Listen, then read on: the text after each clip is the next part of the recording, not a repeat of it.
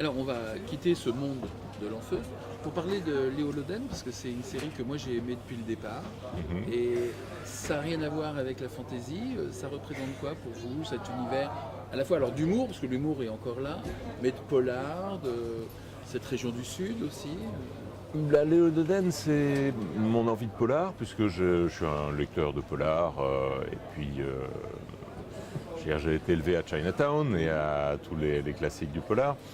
Évidemment, là, on était quelques années après, et on s'est dit, tiens, en même temps, il y avait, par rapport à la bande dessinée, j'aimais beaucoup Gilles Jourdan, Maurice Tilleux, et avec Serge Carrère, on s'est dit à cette époque-là, tiens, que ferait Tilleux s'il était toujours vivant? Il n'est pas question de refaire du Tilleux tel qu'il le faisait à l'époque, mais que ferait-il si lui était vivant aujourd'hui? En nous remettant modestement à notre place, bien entendu.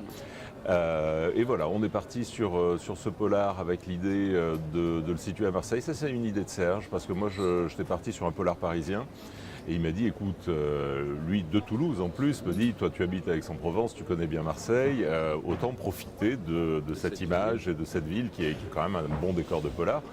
Et puis après, on a décidé aussi d'aller visiter diverses villes de province, donc on fait un bouquin sur 2 ou sur 3 dans d'autres villes.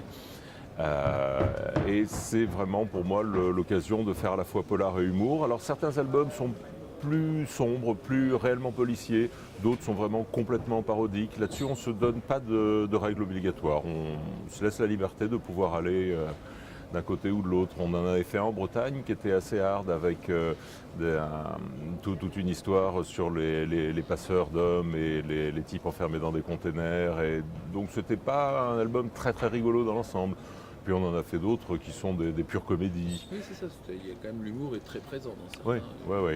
Là, on en a fait un dont la couverture résonne malheureusement un petit peu trop avec l'actualité. Donc voilà, on essaie d'être discret dessus. Trafic de Kalachnikov, banlieue, islam. Mais donc c'est pour ça d'ailleurs qu'on n'a pas trop communiqué dessus, parce qu'on se serait dit que ça serait un peu mal pris.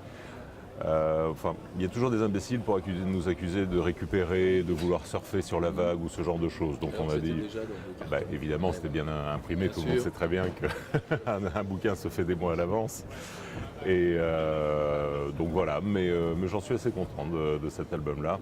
Et travailler avec Serge, c'est c'est pas du tout péjoratif ce que je veux dire là, mais c'est travailler avec un vieux diesel, c'est-à-dire que on sait exactement où on va, paf, c'est carré, on s'amuse bien, et puis on essaie de trouver à chaque fois des personnages secondaires, des gueules, des trognes, des dialogues un petit peu percutants.